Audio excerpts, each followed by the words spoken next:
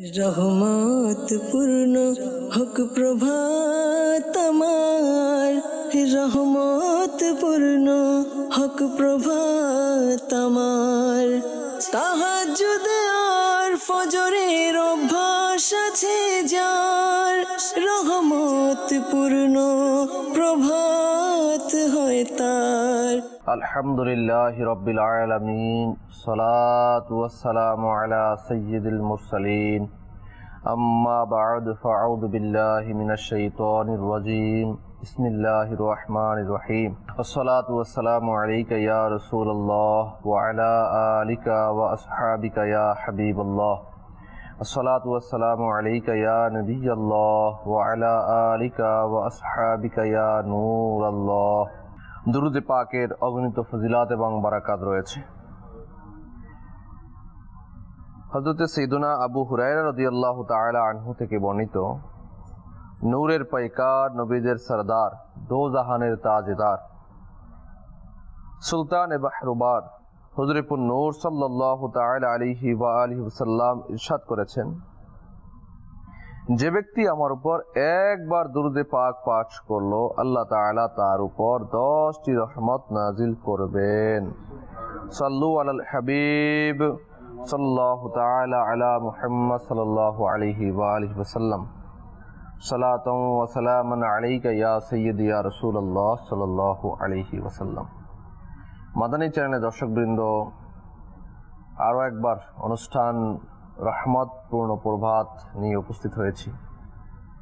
দূরে এবং কাছে যে যেখানে বসে অনুষ্ঠান দেখছেন, সকলকে জানাই স্বাগতম।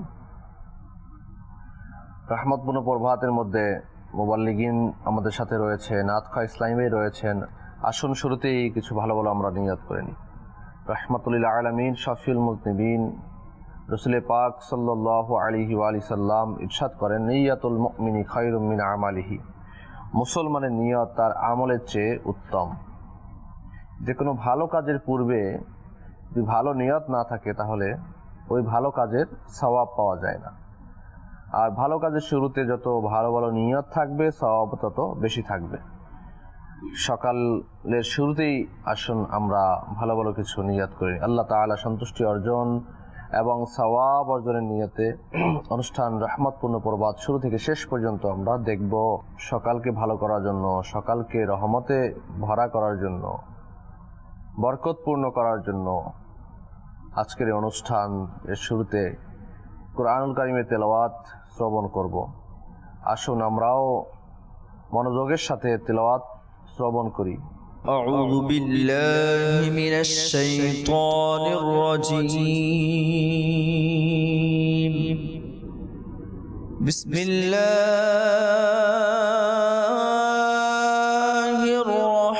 الرحمن الرحيم. أولئك على هدى من ربهم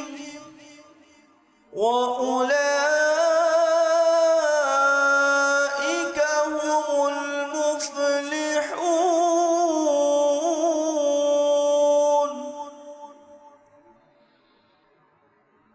إن الذين كفروا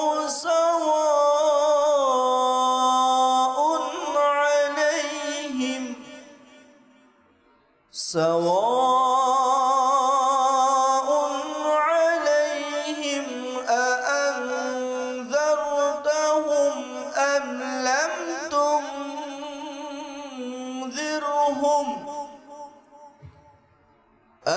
لم تنذرهم لا يؤمنون.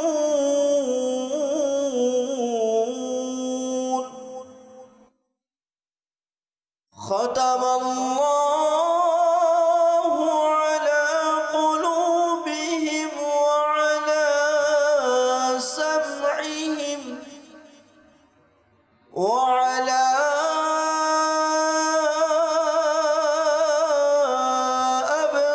أبصارهم غشاوة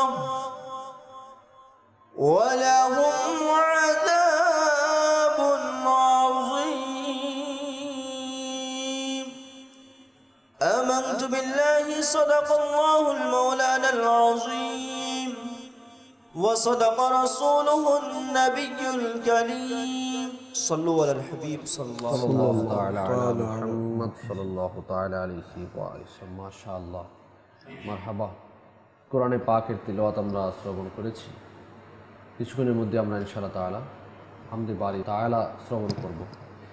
আজকের বিষয় সম্পর্কে আমরা শ্রবণ করে নিই।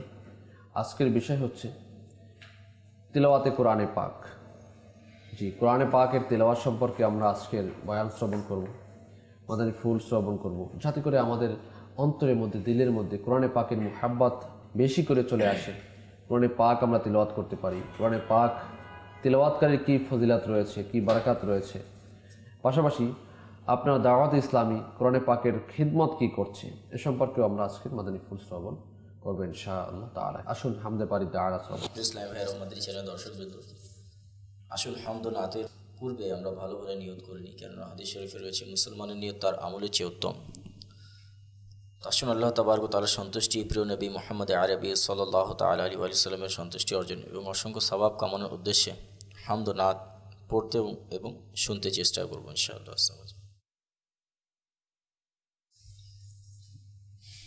সাল্লাল্লাহু আলাইকা ইয়া রাসূলুল্লাহ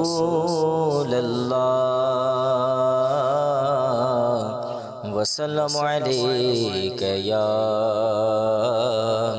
হাবিবাল্লাহ সাল্লাল্লাহু আলাইকা ইয়া রাসূলুল্লাহ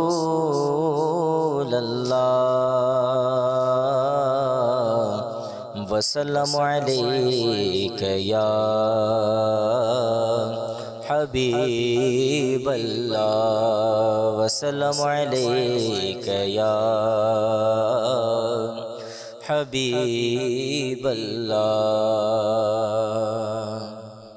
আল্লাহু আল্লাহু আল্লাহু আল্লাহু আল্লাহু আল্লাহু আল্লাহু আল্লাহু আল্লাহু আল্লাহু আল্লাহু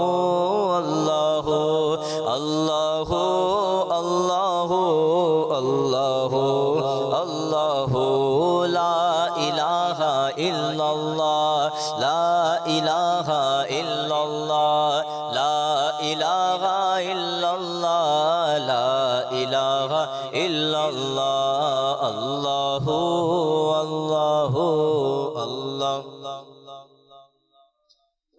আল্লাহু আল্লাহু আল্লাহু আল্লাহু হাসবি রব্বি জাল্লাল্লাহ মা ফি কলবি গায়রুল্লাহ হাসবি রব্বি জাল্লাল্লাহ মা ফি কলবি গায়রুল্লাহ নূর মুহাম্মদ সাল্লাল্লাহ লা ইলাহা ইল্লাল্লাহ আল্লাহু আল্লাহু আল্লাহু আল্লাহু আল্লাহু আল্লাহু লা ইলাহা ইল্লাল্লাহ লা ইলাহা ইল্লাল্লাহ লা ইলাহা ইল্লাল্লাহ লা ইলাহা ইল্লাল্লাহ আল্লাহু আল্লাহু আল্লাহু আল্লাহু আল্লাহু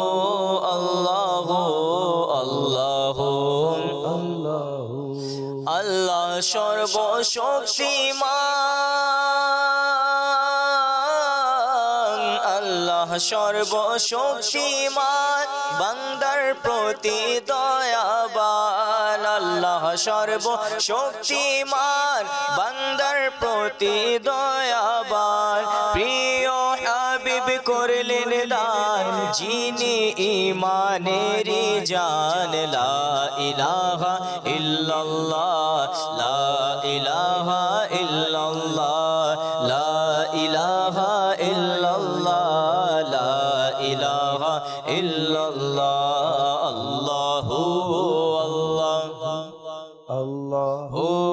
আল্লাহু আল্লাহু আল্লাহু আল্লাহু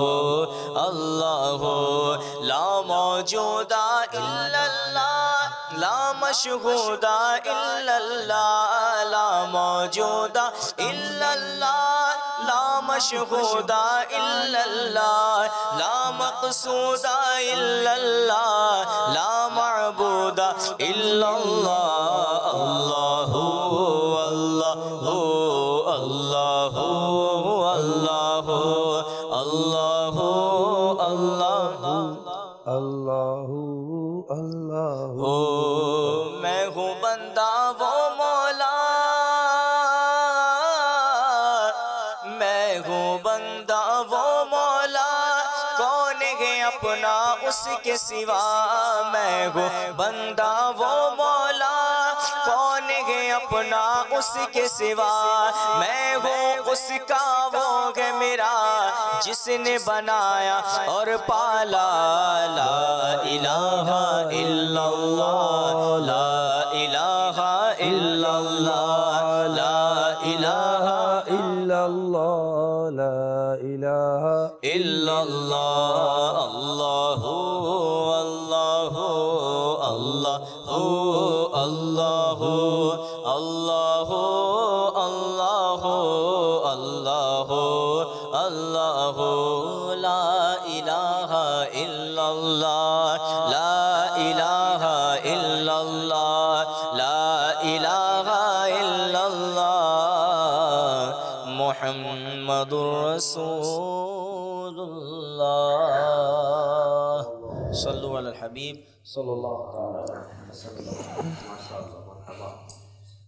এর বিষয় হচ্ছে কোরআনে পাকের তিলাওয়াত। কোরআনে পাকের তিলাওয়াতকারীর জন্য অনেক বড় সুসংবাদ রয়েছে। তিলাওয়াতকারী দুনিয়ার মধ্যেও উপকার সাধিত হয়, পাশাপাশি আখিরাতেও সে উপকারিত হয়। তিলাওয়াত কোরআনে পাক এর যারা হাফিজ তাদের জন্য সুসংবাদ রয়েছে।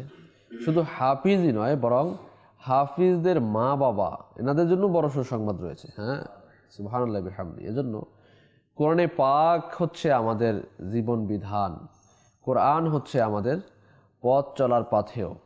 কোরআন শরীফকে যদি কেউ আঁকড়ে ধরে তাহলে তার অবশ্যই পথ প্রদর্শিত হবে এবং তার ইনশাআল্লাহ তাআলা দুনিয়া আখিরাত উত্তম হবে। আসুন আরও কিছু মাদানী ফুল শ্রবণ করব। শুরুতেই মনোহর ভাইয়ের কাছে যাব যে আজকের কিছু মাদানী ফুল নেয়ার জন্য, যে আজকের বিষয় হচ্ছে কোরআনে পাকের তিলাওয়াত। জি মনোহর ভাই। আলহামদুলিল্লাহি রাব্বিল আলামিন ওয়াসসালাতু ওয়াসসালামু আলা সাইয়্যিদিল মুরসালিন, আম্মা বা'দ। বাস্তবিক পক্ষে আজকে এমন একটি বিষয় যে পবিত্র কোরআনুল কারীম, যেটা আল্লাহ তাবারক ওয়া তাআলা রহমত পাওয়ার জন্য, আল্লাহ তাআলার নৈকট্য অর্জন করার জন্য অন্যতম একটি বিশেষ গ্রন্থ আল কোরআন। যে যত বেশি কোরআনকে ভালোবাসবে, যে যত বেশি কোরআনকে মহাব্বত করবে, এটার সংস্পর্শে আসবে এবং এটাকে কোরআনুল কারীমকে তেলাওয়াত করবে, নিজে পড়বে, নিজে শিখবে, অপরকে শিখাবে, নিজে বুঝবে, আমল করবে, অপরকে বুঝাবে এবং আমল করার জন্য উৎসাহিত করবে, প্রত্যেক ব্যক্তি সৌভাগ্যবান। আল্লাহ তাবারক ওয়া তাআলা পবিত্র কোরআনুল কারীমের পারা 9 সূরা আরাফ আয়াত নং 204 মধ্যে ইরশাদ করেন, কানজুল ঈমান থেকে অনুবাদ, এবং পবিত্র কোরআন যখন তেলাওয়াত করা হবে তখন তোমরা তা মনোযোগ দিয়ে শুনবে এবং নীরব থাকবে, যাতে করে তোমরা রহমত প্রাপ্ত হও। সুবহানাল্লাহ। তো আল্লাহ তাবারক ওয়া তাআলা আমাদেরকে কোরআনুল কারীমের মাধ্যমে জানিয়ে দিলেন যে বাস্তবিক পক্ষে কোরআন এত মহান এক কিতাব, যেটা যখন তেলাওয়াত করা হয় তখন মনোযোগ সহকারে শোনা। আমরা দুনিয়ার মধ্যে দেখি যে ব্যক্তি খুব সমাজের মধ্যে প্রতিষ্ঠিত এবং সম্মানিত, তার কথা শোনার জন্য মানুষ খুব অধীর আগ্রহে শোনে এবং আদব বজায় রেখে শোনে। তো নিঃসন্দেহে সমস্ত সৃষ্টির মধ্যে শ্রেষ্ঠ আমাদের প্রিয় নবী সাল্লাল্লাহু আলাইহি ওয়াসাল্লাম, এবং সেই নবী সাল্লাল্লাহু আলাইহি ওয়াসাল্লামের উপরে আল্লাহ তাবারক ওয়া তাআলা কোরআনুল কারীম নাজিল করেছেন, আর এটা আল্লাহ তাআলার কালাম। তো সেটা যখনই তেলাওয়াত করা হবে তখন মনোযোগ দিয়ে শোনা এবং নিজেও যখন পড়ব তো আদব সহকারে। এবং আমরা আরও কি শুনতে পারলাম আয়াতে কারিমার মধ্যে, যে আমরা সবসময় চাই আল্লাহ রহমতের ছায়ার মধ্যে থাকতে। তো আল্লাহ তাআলা রহমত প্রাপ্তির একটি অন্যতম মাধ্যম হিসেবে আমরা জানলাম যে কোরআনুল কারীম যখন তেলাওয়াত করা হয় তখন মনোযোগ সহকারে শ্রবণ করা। এমনইভাবে কোরআনুল কারীম এর পাঠ করার, প্রতিটি হরফ পাঠ করার পাশাপাশি কোরআনুল কারীম শিক্ষা দেওয়ার অনেক ফজিলত বর্ণিত রয়েছে। তা আসুন আমরা কিছু হাদিসে কারিমা শ্রবণ করি। হযরত সাইয়্যিদুনা আনাস রাদিয়াল্লাহু তাআলা আনহু থেকে বর্ণিত, আল্লাহর প্রিয় হাবিবে লবিব রাসূলুল্লাহ সাল্লাল্লাহু আলাইহি ওয়াসাল্লাম ইরশাদ করেন, যে ব্যক্তি নিজে কোরআন শিখে ও অপরকে শিখায় এবং যা কিছু কোরআনে পাকে রয়েছে তার উপর আমল করে, অর্থাৎ কোরআন অনুযায়ী আমল করে, কোরআন শরীফ তার জন্য সুপারিশ করবে এবং তাকে জান্নাতে নিয়ে যাবে। সুবহানাল্লাহ। আরও একটি হাদিসে কারিমা শ্রবণ করি। হযরত সাইয়্যিদুনা আনাস রাদিয়াল্লাহু তাআলা আনহু থেকে বর্ণিত, যে ব্যক্তি পবিত্র কোরআনের একটি আয়াত কিংবা দিনের কোনো সুন্নতের শিক্ষা দিল, কিয়ামতের দিন আল্লাহ তাআলা তার জন্য এমন সওয়াব তৈরি করবেন যে তার চেয়ে উত্তম সওয়াব আর কারো জন্যই তৈরি হবে না। সুবহানাল্লাহ, মাশাআল্লাহ। কোরআনে পাকের কিছু ফজিলত আমরা শ্রবণ করেছি। আল্লাহ তাআলা আমাদেরকেও বেশি বেশি কোরআনে পাকের তেলাওয়াত করা তৌফিক দান করুন। জি কামাল ভাই, আজকের বিষয় সম্পর্কে বলতে। বিসমিল্লাহির রহমানির রহিম। কোরআন শরীফ পাঠ করাটা আজিম একটি ইবাদত, নিয়ামত, রহমত পাওয়ার মাধ্যম। আল্লাহর কালাম পাঠ করার কারণে বান্দার জাহিরি বাতিনি যতগুলো মুশকিলাত আছে এগুলো দূর হয়ে যায়। যেমন কোরআন শরীফ এমন একটি কালাম যে কোরআন বান্দার সাথে কবরে যায়। এটা কেমন? যারা দুনিয়ার মধ্যে বেশি কোরআন পাঠে অভ্যস্ত, কোরআনকে মোহাব্বত করত, ভালোবাসত, যখন তারা মারা যায়, যদি তাদের কবরে আযাব এসে যায়, শাস্তির কোনো কাজ সংগঠিত হয়ে যায়, তখন এই কোরআন বন্ধু হয়ে কবরে শাস্তির মধ্যে দেওয়াল হয়ে যায়। সুবহানাল্লাহ, সুবহানাল্লাহ। এই কোরআনকে অন্তর থেকে মোহাব্বত করা, এটাকে অন্তরে ধারণ করা, এটাকে পাঠের মধ্যে অভ্যস্ত রাখা একান্ত দরকার। কারণ যেদিন কেউ নাই সেদিন কোরআন আমাদের সঙ্গী হচ্ছে। যেমন এই ধরনের একটি রেওয়ায়েত হযরত সাইয়্যিদনা ইবনে আব্বাস রাদিয়াল্লাহু তাআলা আনহু এই কোরআনের কারীমের তেলাওয়াত সম্পর্কে, ফজিলত সম্পর্কে নকল করেছে এভাবে, এক ব্যক্তিকে বলল, আমি কি তোমাকে একটি হাদিস শরীফ উপহার দেব না, যাতে তুমি খুশি হয়ে যাইবা? ওই ব্যক্তি বলল, অবশ্যই, আমাকে বলুন কি সেটা। তখন ইবনে আব্বাস রাদিয়াল্লাহু তাআলা আনহু কোরআন শরীফের এই সূরা মুলক সম্পর্কে বললেন, এই সূরা মুলক নিজের পরিবার পরিজনকে কি করাও, শিক্ষা দাও, তোমার ছেলে সন্তানকে শিখাও, আর বাচ্চাদেরকে, নিজের প্রতিবেশীদেরকে এই কোরআনের সূরার তালিম দাও, শিক্ষা দাও। কারণ এই কোরআন, এই সূরা মুক্তি দানকারী। সুবহানাল্লাহ। কিয়ামতের দিন এই সূরা যারা, এই কোরআনের এই অংশটুকু যারা পাঠ করবে তাদের জন্য আল্লাহ তাআলার পক্ষে এই আয়াত, এই সূরা ঝগড়া করবে, মানে আল্লাহ তাআলার পক্ষে এর জন্য কি করবে, সুপারিশ করবে, আর একে তালাশ করবে পাঠকারীকে, এরা কোথায়। এভাবে আরও কি, এই কোরআনের এই অংশ, এই আয়াত, এই সূরা তাকে জাহান্নাম থেকেও মুক্তি দিয়ে দেবে। আল্লাহ আল্লাহ। এই সূরার কারণে আরো হচ্ছে কবরের আযাব থেকেও কি করা হবে, বান্দাকে নাজাত দেওয়া হবে, মুক্তি দেওয়া হবে।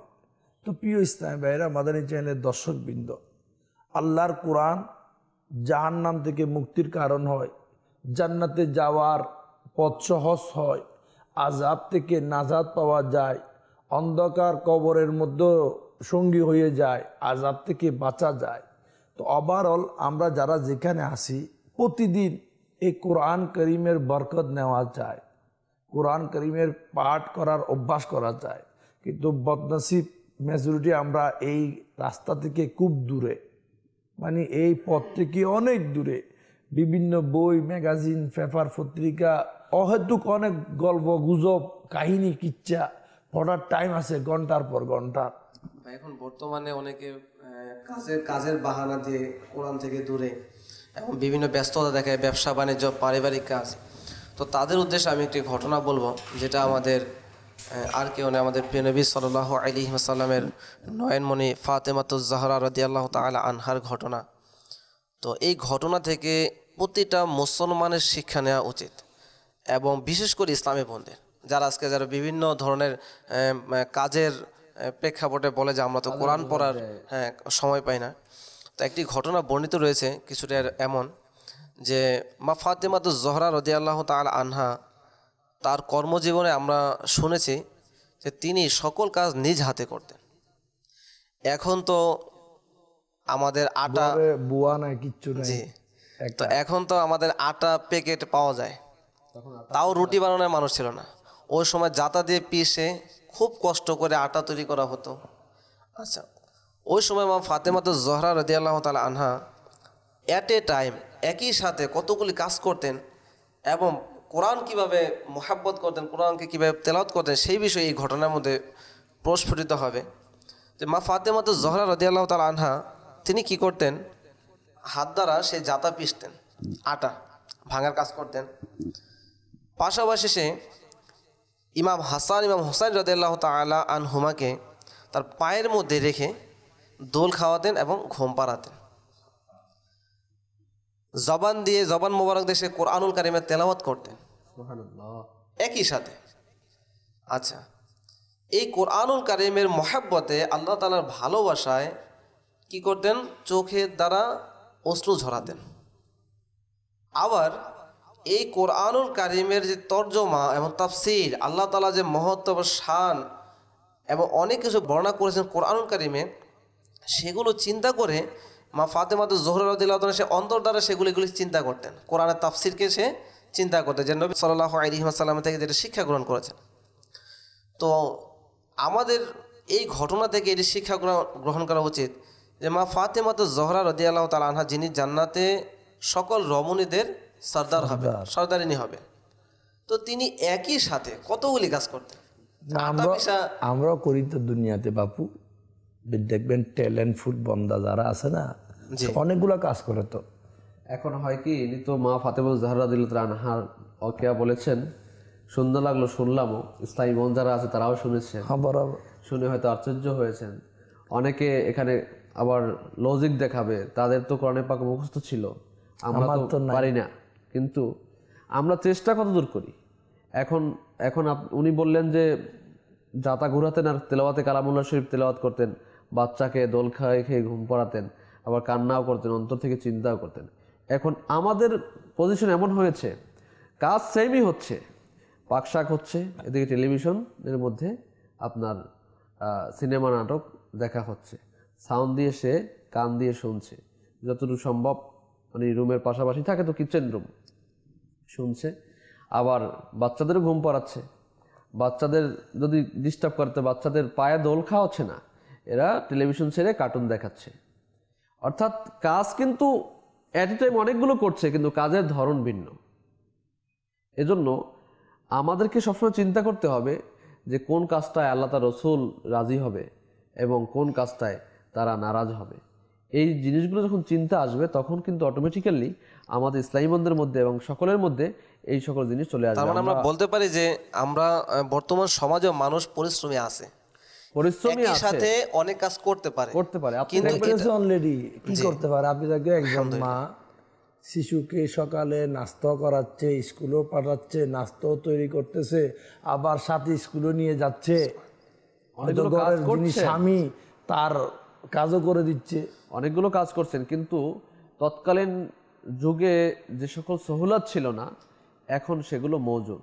আপনার এখন মশলা পিষতে হয় না, তারপরে আপনার এই যে আটা বললেন গুঁড়া করতে হয় না ঘরের মধ্যে যাতা, আপনার আগে তো চালও ঢেকে দিয়ে মানে ভাঙান লাগতো, বাপু, এখন আগুন কিছু জ্বালানোর লাগছে না। আগুন জ্বালানোর মতো কষ্ট লাকড়ি দিয়ে ফুক দেন, এখন তো গ্যাসের ব্যবহার গ্যাস চলে আসছে। একদম আসান। আসান চলে আসছে, যত আসান হচ্ছে আমরা কিন্তু ততটাই অলস অন্য হচ্ছি, কাজে অলস। ব্যয় করছি। যে কাজগুলো আমাদের করা ঠিক না ওই কাজে ব্যয় হচ্ছে, যে কাজ করা উচিত। এই সময়গুলো আল্লাহ তাআলা আমাদেরকে নেয়ামত দান করছেন, এখন এটা নেয়ামতের শুকরিয়া জ্ঞাপন করা উচিত আমাদের সকলের। শুধু ইসলামী মন্দিরই বলে যাচ্ছি আমরা, পুরুষদের জন্যও কিন্তু অনেকগুলো সহলত আল্লাহ তাআলা এখন অনেক বর্তমান জামানায় ব্যবসায়ী রয়েছে। আছে, দোকানদার আছে, তারা সবসময় কাস্টমার থাকে না। তো তারাও যদি চায় যে আমি ব্যবসা বাণিজ্যের পাশাপাশি, দোকানের বেচা কেনার পাশাপাশি যখনই সময় পাবো আমি তেলাওয়াত করব। এখন কোরআনুল কারীমকে ধরে তেলাওয়াত করতে হবে এমন নয়, কারণ কোরআনুল কারীম ধরার জন্য অজু প্রয়োজন। তো সবসময় মানুষের অজু থাকে না, আর অজু ছাড়াও যদি কেউ তেলাওয়াত করে তো সেটা তেলাওয়াত সওয়াব পাওয়া যাবে। আসলে আমরা মনে করি যে তেলাওয়াত মানে হচ্ছে কোরআন পাক নিয়ে ধারাবাহিকভাবে তেলাওয়াত করা।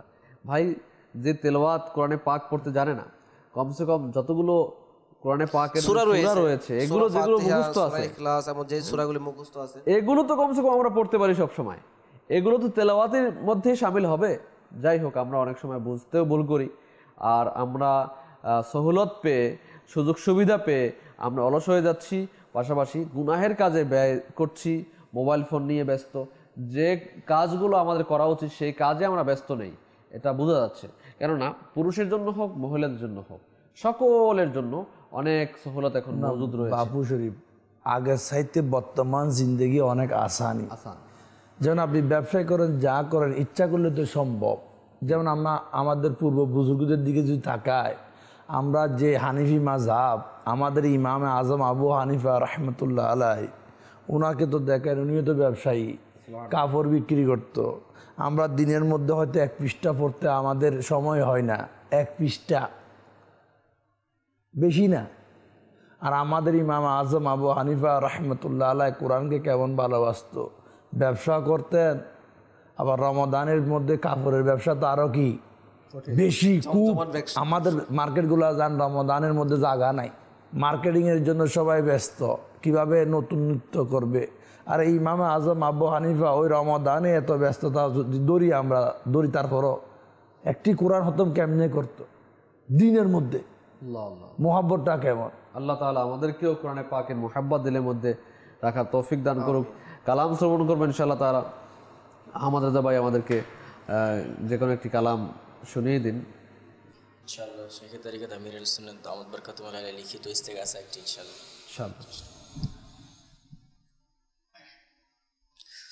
जिसको चाहा मीठे मदीने का, उसको मेहमान किया। जिस पर नजर करम फरमाई, उस पर ये एहसान किया। जिस पर नजर करम फरमाई, उस पर ये एहसान किया। जिसको चाहा मीठे मदीने का, उसको मेहमान किया। जिनका सितारा चमका उनको तैबा का पैगाम मिला। जिनका सितारा चमका उनको तैबा का पैगाम मिला। बख्तूरों ने दर पर आकर बख्शिश का सामान किया। बख्तूरों ने दर पर आकर बख्शिश का सामान किया। और शुक्र अदा क्यों करते रहो, प्यारे नबी की میں شکر ادا ہو کیوں کر تیرا پیارے نبی کی امت میں مجھ سے نکمے کو بھی پیدا تو نے اے رحمان کیا مجھ سے نکمے کو بھی پیدا تو نے اے رحمان کیا شاہ مدینہ دین کی دولت اپنی الفت بھی دے اور اپنی غلامی مجھ کو عطا کی تو نے بڑا احسان کیا جس کو چاہا میٹھے مدینے کا اس کو مہمان کیا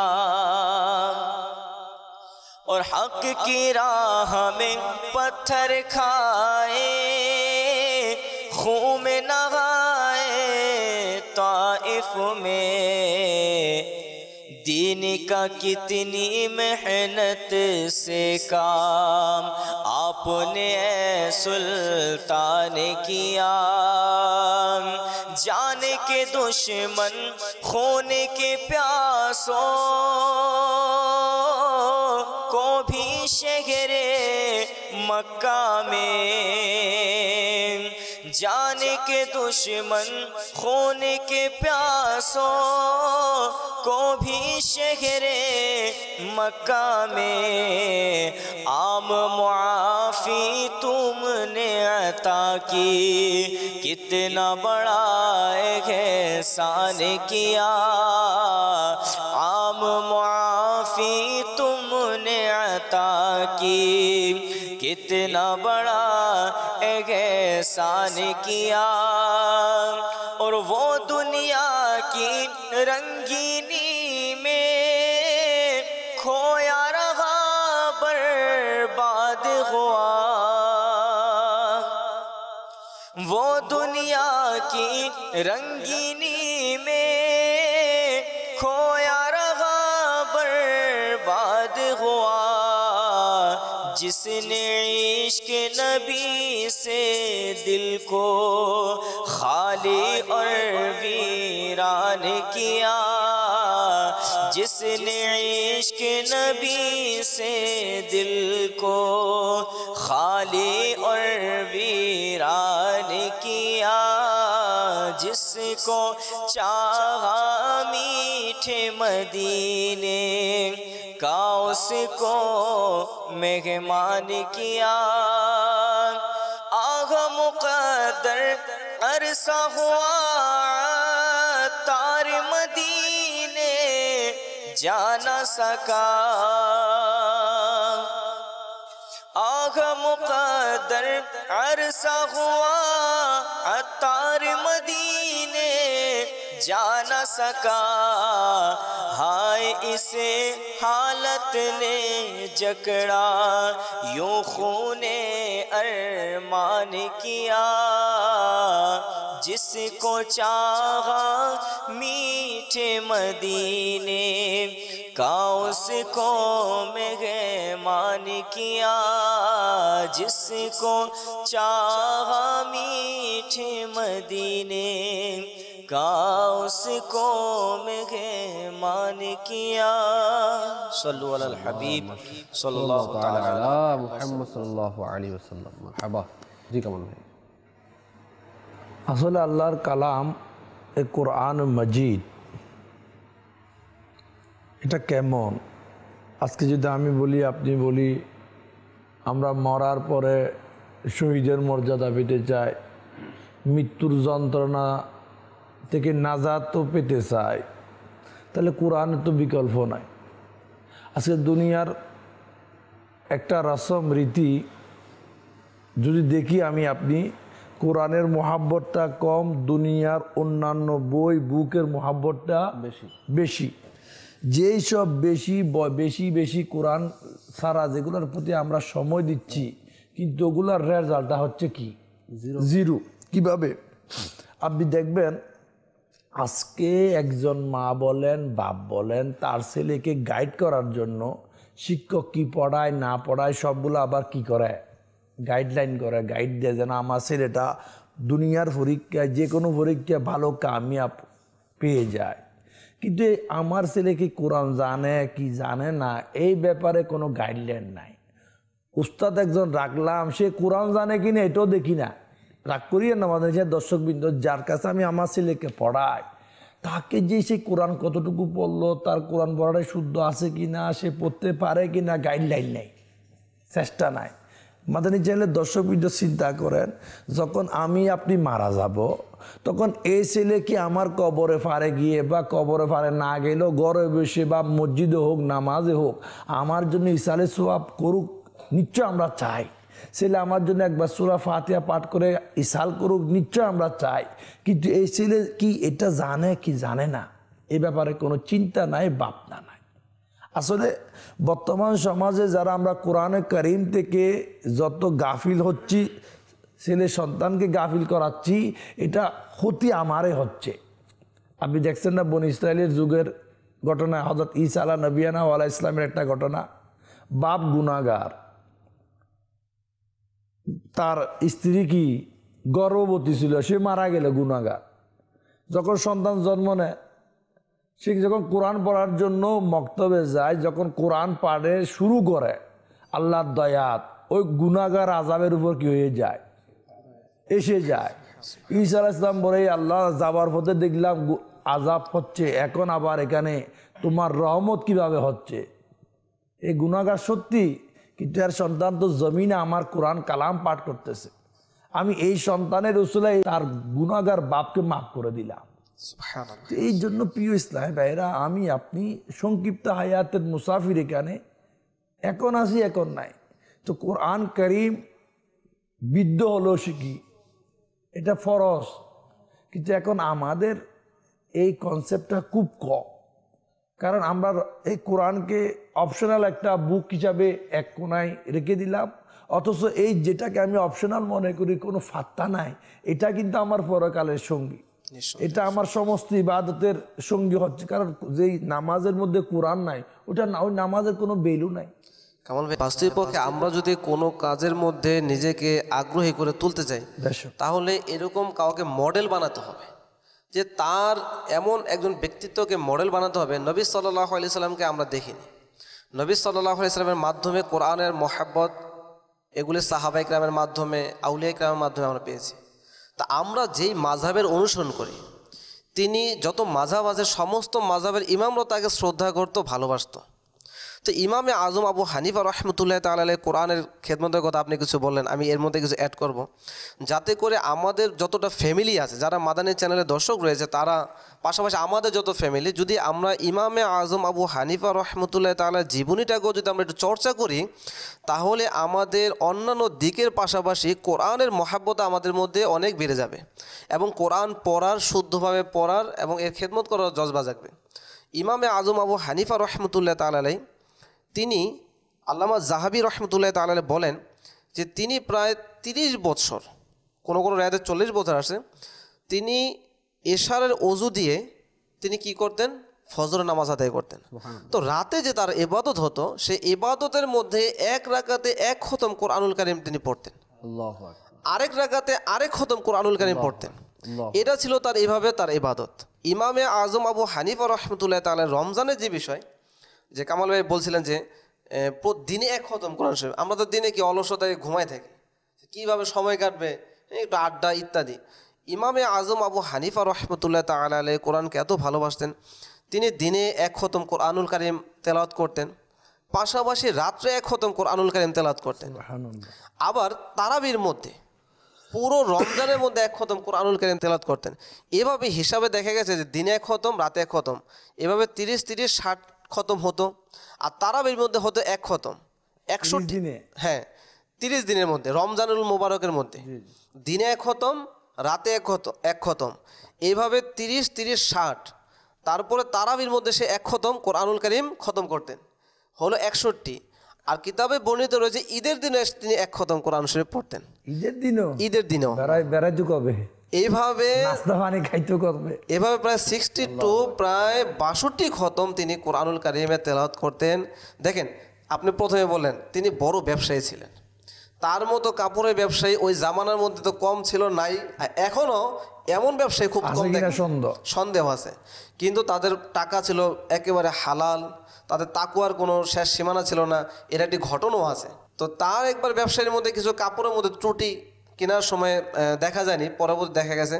তো তিনি তার কর্মচারীকে বলল যে কাপড়গুলো যখন বিক্রি করবে তখন এই ত্রুটিগুলি বলে দিবে, কেন এটা বলে দেওয়া নবী সাল্লাল্লাহু আলাইহি ওয়াসাল্লাম থেকে আমাদের শিক্ষা।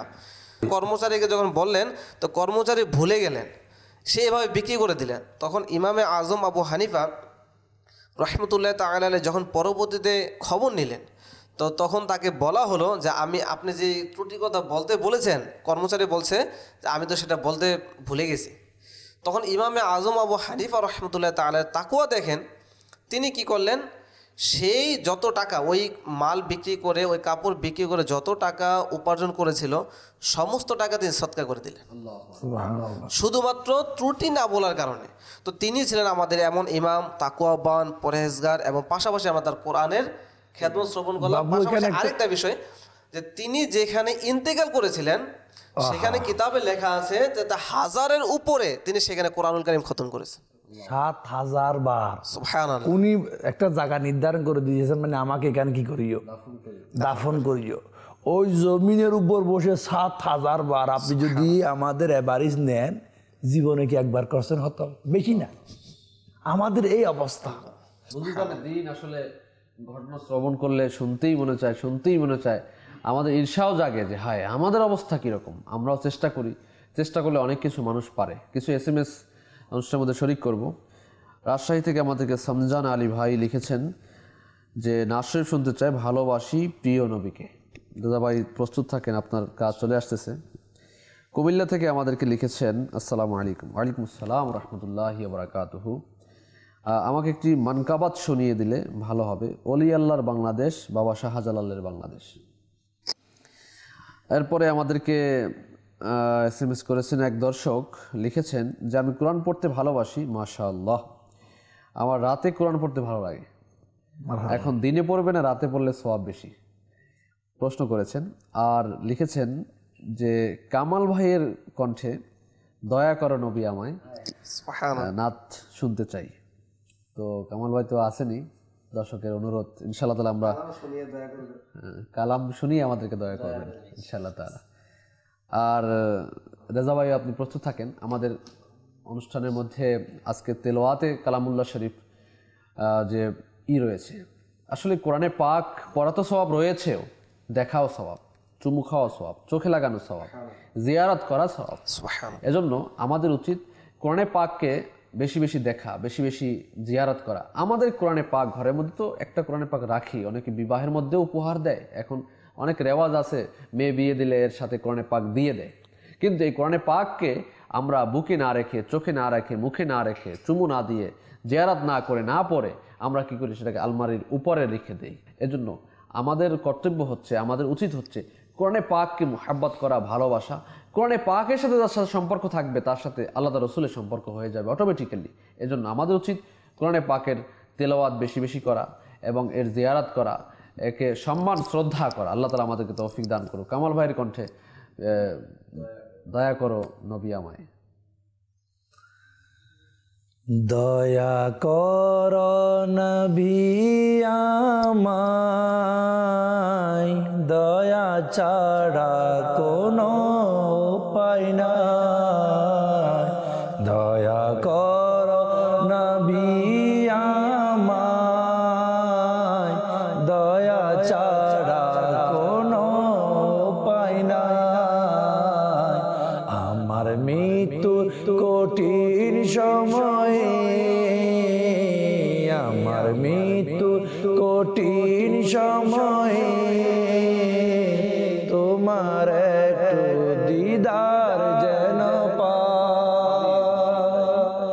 পুলসিরাতের কঠিন দিনে কেঁদে বয়ে মরি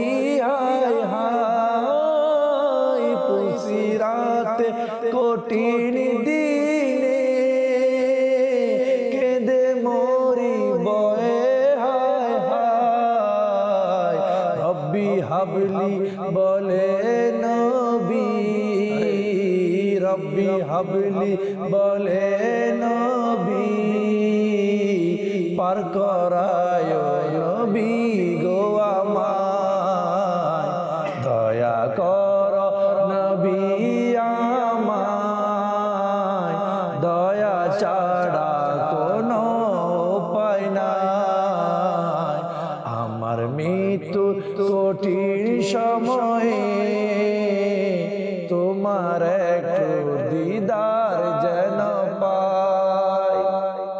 রেজা ভাই যে এগুলো আসছে, আমাদের যে ভালোবাসি ভালোবাসি প্রিয় নবীকে এবং মানকাবাত ওলিয়াল্লাহ, ভালোবাসি ভালোবাসি প্রিয় নবীকে, ভালোবাসি ভালোবাসি প্রিয় নবীকে, ভালোবাসি ভালোবাসি প্রিয় নবীকে, ভালোবাসি ভালোবাসি প্রিয় নবীকে, আমরা আল্লাহ আর নবীকে ভালোবাসি, আমরা আল্লাহ আর নবীকে ভালোবাসি, তাই তোমরা জান্নাতেরই অধিকারী, ভালোবাসি ভালোবাসি প্রিয় নবীকে, ভালোবাসি ভালোবাসি প্রিয় নবীকে, ভালোবাসি ভালোবাসি প্রিয় নবীকে, ভালোবাসি ভালোবাসি প্রিয় নবীকে, আবু বকর উমর উসমান আলী, আবু বকর উমর উসমান আলী, সব সাহাবীকে মোরা যে ভালোবাসি, ভালোবাসি ভালোবাসি প্রিয় নবীকে, ভালোবাসি ভালোবাসি প্রিয় নবীকে, আমরা আল্লাহ আর নবীকে ভালোবাসি, আমরা আল্লাহ আর নবীকে ভালোবাসি, তাই তোমরা জান্নাতেরই অধিকারী, ভালোবাসি ভালোবাসি প্রিয় নবীকে, ভালোবাসি ভালোবাসি প্রিয় নবীকে। কোরআনে পাক তেলাওয়াতের ব্যাপারে আমরা শুনতেছিলাম, আরো কিছু মাদানী ফুল আমরা শ্রবণ করবেন ইনশাআল্লাহ তাআলা মনোহর ভাই থেকে। অনেকে হাফিজ হয় না, অনেকে হিফজ পড়াতে চেষ্টা করে, অনেকে সন্তান দুনিয়াতে আসার পূর্বে নিয়ত করে আমার সন্তানকে কি করব, হাফিজে কোরআন, হাফিজে কোরআন বানাবো। আসলে কোরআনুল কারীমকে নিয়ে তো যত চিন্তা ভাবনা সবকিছুই বরকতে বরকত, আর বাস্তবিক পক্ষে যেখানে বেশি ফজিলত সেখানে বেশি ভয়ও থাকে। যেমন কোরআনুল কারীম মুখস্থ করা অনেক সওয়াবের কাজ, প্রতিটা সূরা বিভিন্ন সূরা মুখস্থ, হাফিজ সাহেব যারা রয়েছে তাদেরকে আল্লাহ তাআলা তো সম্পূর্ণ কোরআন মুখস্থ করার নিয়ামত দান করেন। পাশাপাশি আমাদের মধ্যে যারা সাধারণ, তারা ছোটোবেলায় দেখা যায় অনেক ব্রেন শার্প থাকার কারণে, মুখস্থ শক্তি ভালো থাকার কারণে বা মসজিদের মধ্যে ইমাম সাহেবের শরণাপন্ন হওয়ার কারণে আমাদের কোরআনুল কারীমের বিশেষ করে শেষ 10টি সূরা বা বিভিন্ন সূরা আমাদের মুখস্থ হয়ে যায়। কালক্রমে যখন বড় হই বা আমরা বড় হয়েছি, তখন দেখা যায় যে ব্যবসা বাণিজ্য, চাকরি ইত্যাদির এবং দুনিয়ার পড়ালেখার চাপ এবং ব্যস্ততার কারণে আমাদের যে কোরআনুল কারীম আমরা যে ছোটোবেলায় পড়েছি সেটা অনেকেই অনেক সূরা ভুলে গিয়েছে। তো ভুলে যাওয়াটা হলো গুনাহের কাজ, আর গুনাহের কাজ প্রকাশ করো গুনাহ। তো গুনাহ এটাকে কি করতে হবে, এটাকে আমাদেরকে পুনরায় সেটাকে মুখস্থ করে সেটাকে আবার আল্লাহ দরবারের জন্য তওবা করতে হবে, পুনরায় সেগুলো মুখস্থ করতে হবে। তো আজকে আমি কিছু রেওয়ায়েত বর্ণনা করব যে কোরআনুল কারীম ভুলে গেলে কি শাস্তি। আসলে আমরা রেওয়ায়েত শ্রবণ করি। কিতাবে বর্ণিত রয়েছে, যে ব্যক্তি কোরআন শরীফের কোনো আয়াত মুখস্থ করার পর তা আবার ভুলে যায়, কিয়ামতের দিন তাকে অন্ধ অবস্থায় উঠানো হবে। নাউযুবিল্লাহ। জামি তিরমিজি শরীফে হাদিস নং 2916 এর মধ্যে একটি হাদিসে কারিমে রয়েছে, প্রিয় নবী সাল্লাল্লাহু আলাইহি ওয়াসাল্লাম ইরশাদ করেন, আমার উম্মতের সওয়াব আমার সামনে উপস্থাপন করা হয়েছিল, আমি এতে ওই ক্ষুদ্র খড়কুটো দেখতে পেয়েছিলাম যা লোকেরা মসজিদ হতে বাইরে নিক্ষেপ করেছিল। এবং আমার উম্মতের গুনাহসমূহ আমার সামনে উপস্থাপন করা হয়েছিল। এতে আমি উম্মতের কোনো লোক কোরআন শরীফের একটি সূরা বা আয়াত মুখস্থ করার পর তা ভুলে যাওয়ার কারণে তার যে গুনাহ হয়েছিল তার চাইতে কোনো বড় গুনাহ দেখতে পাইনি। আরেকটি হাদিসে পাকে রয়েছে, আবু দাউদ শরীফে একটি হাদিসে পাক 1474 হাদিসে পাক, এখানে বর্ণিত রয়েছে, যে ব্যক্তি কোরআন শরীফ মুখস্থ করার পর তা আবার ভুলে যায়, কিয়ামতের দিন সে আল্লাহ তাআলার সাথে কুষ্ঠ রোগী হয়ে সাক্ষাৎ করবে। নাউযুবিল্লাহ।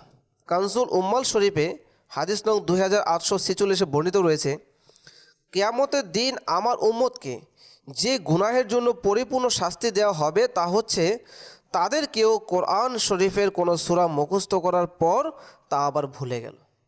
অনেক হাফেজে কোরআন রয়েছে, কোরআনে পাক ভুলে যায়, বলে আমার ইয়াদ নাই। আমরা তো বাবু এখানে শুধু হাফেজ সাহেবদের তো বিষয়টা আছে, পাশাপাশি আমরা চিন্তা করি যারা আমরা ব্যবসায়ের মধ্যে মশগুল হয়ে গেছি, আমরা দুনিয়ার পড়ালেখার মধ্যে মশগুল হয়ে গেছি, আমরা কোরআনুল কারিমে বিভিন্ন সূরা ভুলে গেছি, ছোটকালে শিখছিলাম এখন ভুলে গিয়েছি। কিছুদিন আগে এক ইসলামের সাথে দেখা, সে আমাকে বলতেছে নামাজ পড়তে আসছি, তো নামাজ পড়ার সময় আমি সূরা বারবার রিপিট করতেছি কিন্তু মনে হচ্ছে না, দোয়ায় কুনুত পড়ছি সেটা বারবার বলার চেষ্টা করতেছে, মনে নেই। তো এই যে আমরা কোরআনুল কারিমে বিভিন্ন সূরা যে ভুলে গেছি, আদৌ কি আমাদের সেটা আবার পুনরায় মুখস্থ করার কোনো চেষ্টা আছে কিনা? যদি না থাকে তো তাদের জন্য এই রেওয়ায়াতগুলি মনে রাখা দরকার। রেওয়ায়াতের আযাব কয়টা? কিয়ামতে অন্ধ, আল্লাহ কুষ্ঠ রোগী, আল্লাহ আল্লাহ, আর গুনার মধ্যে বড় গুনাহ। এখন আমরা যারা কোরআন শিখতেছি, শিখাচ্ছি, বা বাচ্চাকে বা নিজে ওভারঅল হাফেজে কোরআন হোক, সাধারণ মানুষ হোক, আসলে এগুলার মধ্যে আমি আবারও বলতেছি, মা বাপের বড় একটা কি আছে, কিরদার আছে, তাদের একটা কি আছে, গাইডলাইন। আমি যে আমার ছেলেকে হাফেজে কোরআন বানাইলাম বা এমনি শিখাইলাম, আমার ছেলে এগুলো পাঠে রত আছে কিনা। দেখে না, প্রত্যেক গার্ডিয়ান তার ছেলেকে রাতে ডেলির পড়া ডেলি আদায় করার জন্য শিক্ষক কি পড়ালো, রাত 9টা-10টা পর্যন্ত কি পড়ায়। স্কুলগুলোতে হোমওয়ার্ক আছে, ডায়েরি আছে আলাদা, ডায়েরিতে শিক্ষক লিখে দেয় তারিখ সহ, আজকের এই পড়ানো হয়েছে, এত পৃষ্ঠা থেকে এত পৃষ্ঠা, হ্যাঁ শিখাচ্ছে। কিন্তু তার সাথে সাথে আপনি দুনিয়াবি শিখান, কোনো সমস্যা নাই, দুনিয়ার জন্য দরকার আছে, কিন্তু তাই বলে কি আপনি আখিরাতের এই যে আল্লাহর কালাম, যে কালাম কোনো পাহাড়ে গছে নাই, পর্বতে গছে নাই, দুনিয়া গছে নাই, আমার নবীর মাধ্যমে আমরা পাইলাম। কামাল ভাই, সর্বশেষ দাওয়াত ইসলামী যে আপনার কোরআনের খিদমত করছে পুরো বিশ্বে, এর একটা ঝলক যদি দর্শকদেরকে আরজ করেন। আলহামদুলিল্লাহ, দাওয়াত ইসলামের এই কোরআন বিভাগ অনলাইন বলেন, মাদ্রাসায় বলেন, জামিয়ায় বলেন, ইসলামী বোন বলেন, ইসলামী ভাই বলেন, ওভারঅল মাদ্রাসা বালেগান বলেন, সর্বদা যেখানে যান কোরআনকে সর্বোচ্চ মর্যাদা, কোরআনকে গুরুত্ব বেশি, কোরআন শিক্ষা। কারণ যে ব্যক্তি কোরআন জানে না, বেসিকলি তার ভ্যালু কই? কারণ কোরআনের মাধ্যমে তো জান্নাতের চাবি নামাজ। তো কোরআনকে সারা দুনিয়ার মধ্যে ছড়িয়ে দেওয়ার জন্য দাওয়াত ইসলামী প্রতিনিয়ত মাদ্রাসা, জামিয়া, মাদ্রাসা বালেগান খুলে যাচ্ছে। আর আপনি যদি চান অনলাইনে মাদ্রাসায় ভর্তি হতে পারেন দাওয়াত ইসলামী। তো এই বিশাল খিদমতের জন্য, আরও এই প্রসার করার জন্য মাদানী চ্যানেল যারা আছেন সবার সহযোগিতাও দরকার। কারণ কোরআন আম হবে আপনার আমার সহযোগিতার কারণে।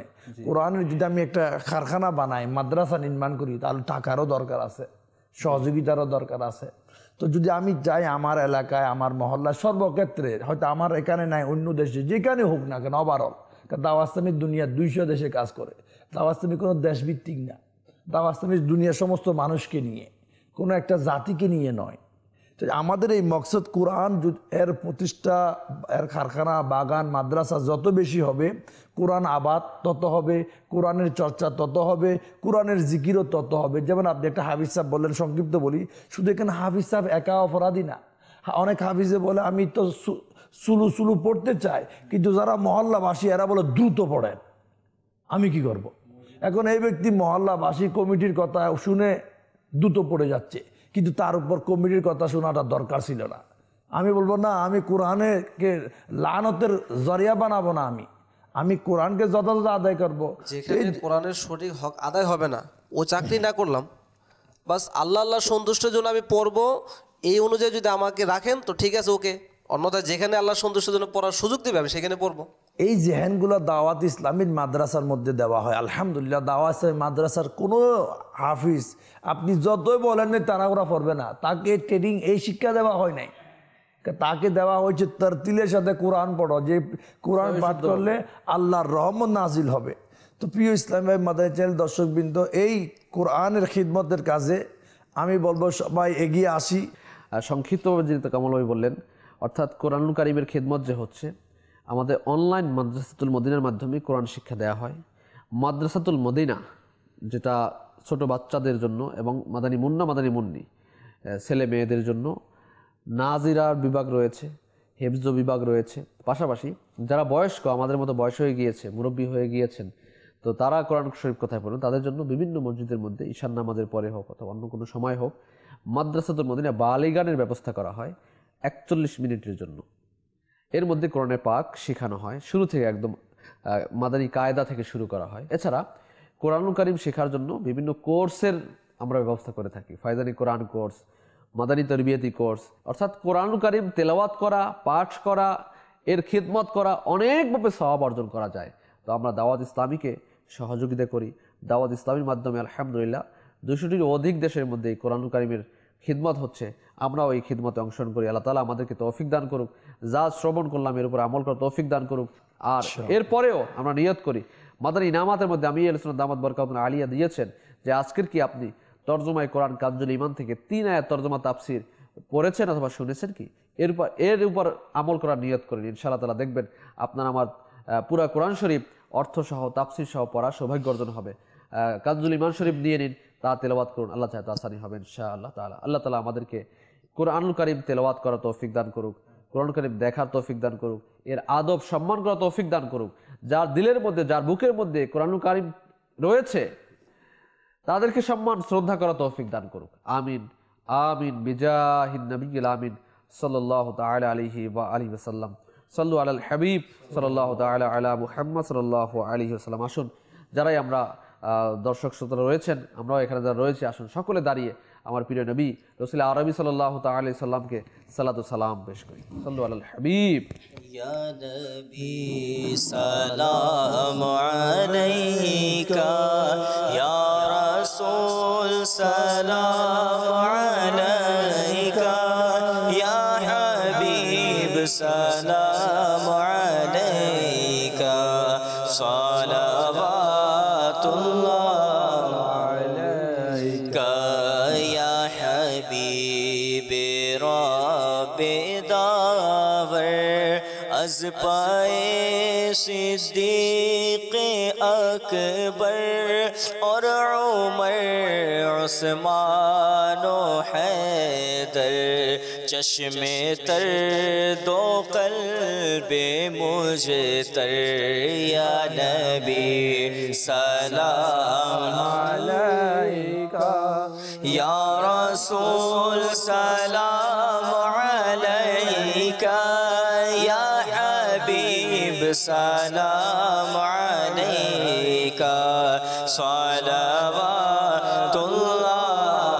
अलैका, वास्ता गौसुल वरा का हज़रते अहमद रज़ा का, और मेरे मुर्शिद पिया का, रुख बदल दो गरबला का, या नबी सलाम अलैका, या रसूल सलाम अलैका, या हबीब सलाम अलैका, सलावतुल्लाह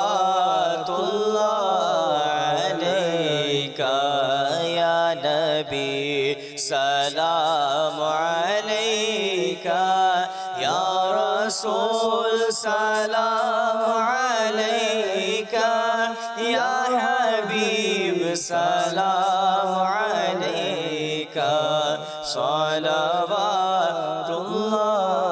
अलैका, सलातु व सलामु अलैका या रसूलल्लाह وعلى آلك وصحابك يا حبيب الله. الصلاة والسلام عليك يا رسول الله وعلى آلك وأصحابك يا حبيب الله. سبحانك اللهم وبحمدك لا إله إلا أنت أستغفرك وأتوب إليك. سبحانك اللهم وبحمدك لا إله إلا أنت أستغفرك وأتوب إليك. سبحانك اللهم وبحمدك لا إله إلا أنت أستغفرك وأتوب إليك. الصلاة والسلام عليك يا نبي الله وعلى آلك وأصحابك يا نور الله بحق لا إله إلا الله محمد رسول الله صلى الله تعالى عليه وسلم. রহমত পূর্ণ হক প্রভাত আমার, রহমত পূর্ণ হক প্রভাত আমার। তাহাজ্জুদ আর ফজরের অভ্যাস আছে যার, রহমত পূর্ণ প্রভাত হয় তার।